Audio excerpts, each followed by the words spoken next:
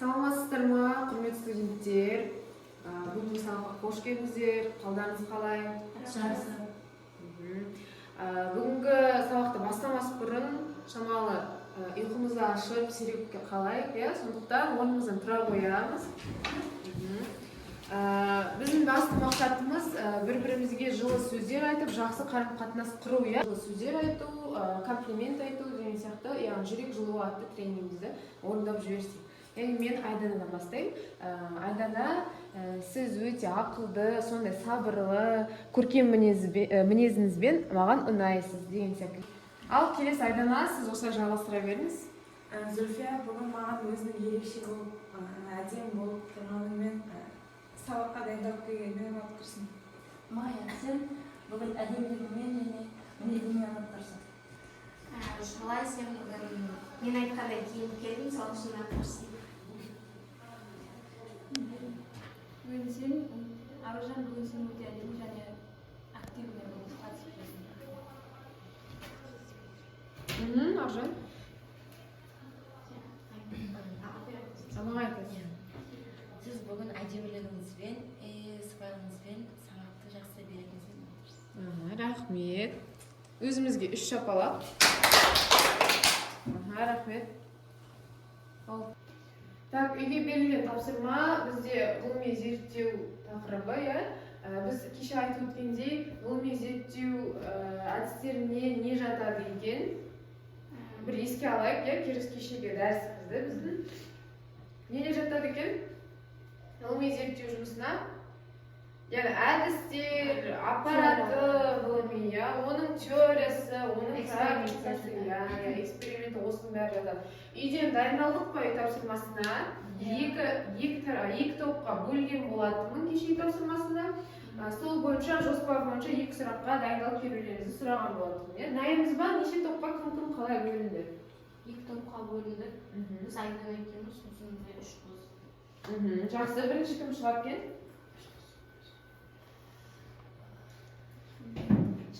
Келе орныңызда бірінші топ.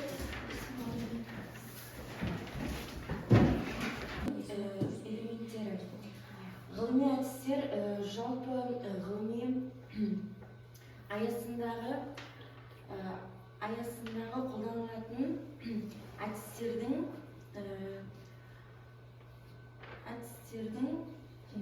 жиынтығы.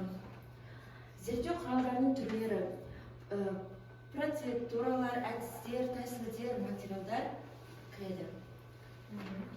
Тәсіл күрделі әдіс болып табылады. Зерттеу барысындағы бірнеше бөліктен тұрады.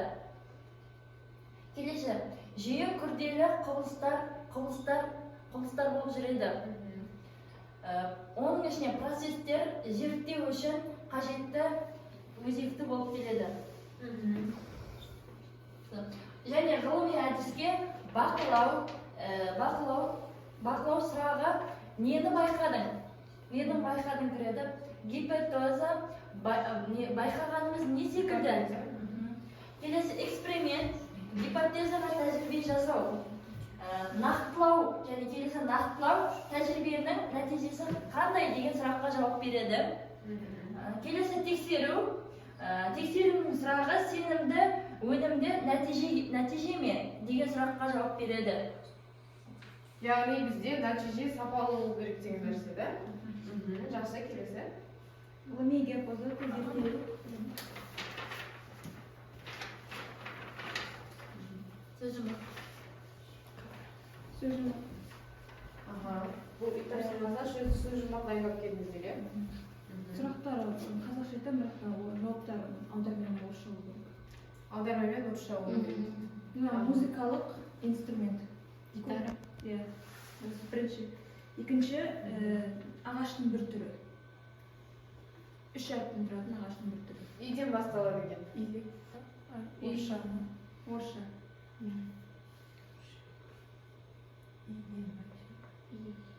Тағы да қайталаңызшы сұрағыңызды. Ағаштың бір түрі, 3 түрден. Өте осы бір түрі. Өте Қадан бастады? Дұрыс. Келесі. Үшінші, Төртінші. осы мезгілдің бірі. Осень. Да. Бесінші Бесінші ол өзен. Чыдан басталады. Тихий океан. Океан. Жауап бар ма? Жоқ. Терек. Терек? Иә, терек. Келесі 6. Алтыншы ол тағы да ағаштың түрі, бірақ та Ел ма? иә, ел. Бесінші осы жетінші неден осы үйдің айналасын қорғайтын Забор. набор. Соңғысы осы математиканың бір түрі. Арифметика.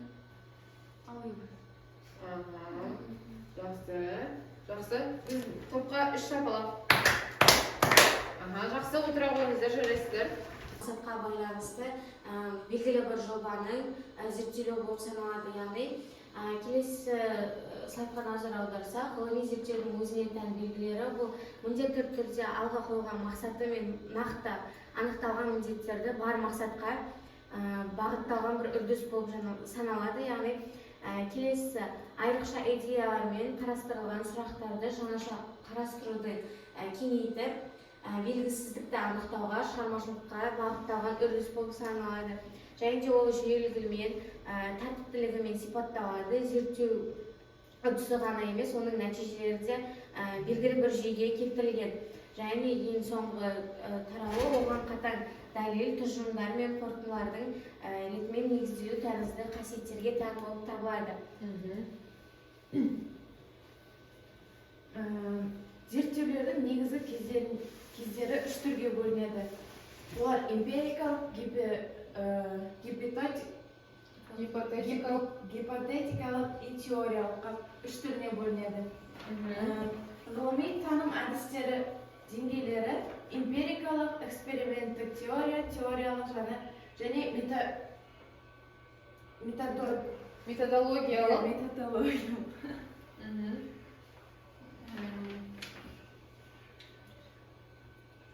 Және де айтатын болсақ, ғылыми зерттеу жұмыстарына қол жеткен білімдерді кеңейту және жаңа білім. Жақсы. Енді сіздерге мынандай сұрағым бар. Ғылыми зерттеу жұмыстарында мүмкін ол диплом немесе курсовой болады. Сол жерде сіздер теориялық бөлім мен екінші практикалық бөлімді қалай ажыратамыз және оның қандай ерекшеліктері бар бір-бірінен, қандай айырмашылығы бар? Теориялық бөлімде ол мысалға алатын болсақ, 2 курсты таңдайық. Бірінші курсқа сіз жай теория ретінде жүргізесіз, ал екіншісінде ол эксперимент ретінде жүргізіледі. Яғни сол теорияны әдіс ретінде көрсетіп, соны дәлелдеп шығу. Яғни теория әдістемелер жинағы және оны әдістемелер жинағын біз іс жүзінде, практика бөлімінде көрсетеміз, топтарға бөліп тағысып. Жақсы. Жалпы біз манадан бері айтып жатырмыз, зерттеудің негізгі этаптары болады, оның эмпирикалық екенін білесіз, тағы. Мен осы жерде теориялық бөліміне жаңағыдай жақсылап тоқталғым келіп отыр. Майя, сізге сұрағым, теориялық бөлім қандай ауқымды қамтиды, қанша тараудан тұрады, осы туралы айтып кетсеңіз. Теориялық бөлім негізгі 2-3 тараудан тұруы мүмкін. Ол зерттеушінің өзінің зерттеп жатқан тақырыбына байланысты, және де сол тараулардың өзі бірнеше бөлімдерден тұруы мүмкін. Өзінің қалауы бойынша жаңа тақырыбымыз 10-шы дәріс, тақырыбын жаза аламыз. Біз жаңа зерттеу кезеңдерін айтып кеттік, эмпирикалық, теориялық кезең, соның бүгін біз эмпирикалық әдістеріне тоқталатын боламыз. Жаза қоямыз, тақырып 10-шы дәріс. 10-шы дәріс.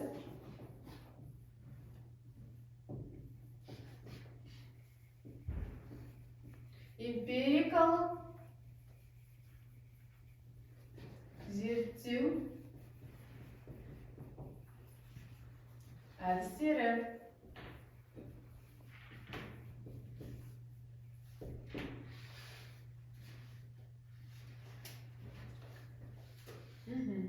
Жоспарын жаза қоямыз. Яғни бүгінгі біздің осы лекциямызда, дәрісімізде қандай сұрақтарды қамтимыз? Бірінші бақылау әдісін қамтимыз. Бақылау әдісі. 2 педагогикалық эксперимент. Педагог экспериментті білесіздер, иә, теорияны, яғни тәжірибе жүзінде көрсету, иә. Үшінші, бізде мұғалімдердің, педагогтардың тәжірибелерін зерттеу. Яғни нәтижеге салу, графикқа салу да кешегі айтқандай, графикқа салу осы тәжірибені зерттеу болып келеді. Бұл эксперименталды эмпирикалық бөлім, бұл деңгейдің бір тұтас негізгі бөлім болып келеді. Бұл жерде біз жаңағыдай тікелей бақылай аламыз, жанама бақылай аламыз, барып бақылай аламыз, тест ала аламыз, сауалнама жүргізе аламыз, әңгімелесу барысындағы әдістерді қолданамыз. Көптеген бұл жерде әдістер бізге қарастырылған, соның ішінде эмпирикалықта бізде бақылау, көбіне бақылау барған кезде, яғни тест тапсырмаларымен, яғни бір нақты материалмен бару. Көбіне көп бұл жерде әңгімелесу әдісі көптеп қолдана бермейді. Бұл жерде кәдімгі материалмен дайындалған, жабдықталған түрде бару керек. Мен өзіме белгілеп алдым. Кім келді, кім келген жоқ. Барлықтарыңызға бүгін сабаққа қатысқандарыңыз үшін алғыс білдіремін. Бағаларыңыз өте жақсы деңгейде бағаланады.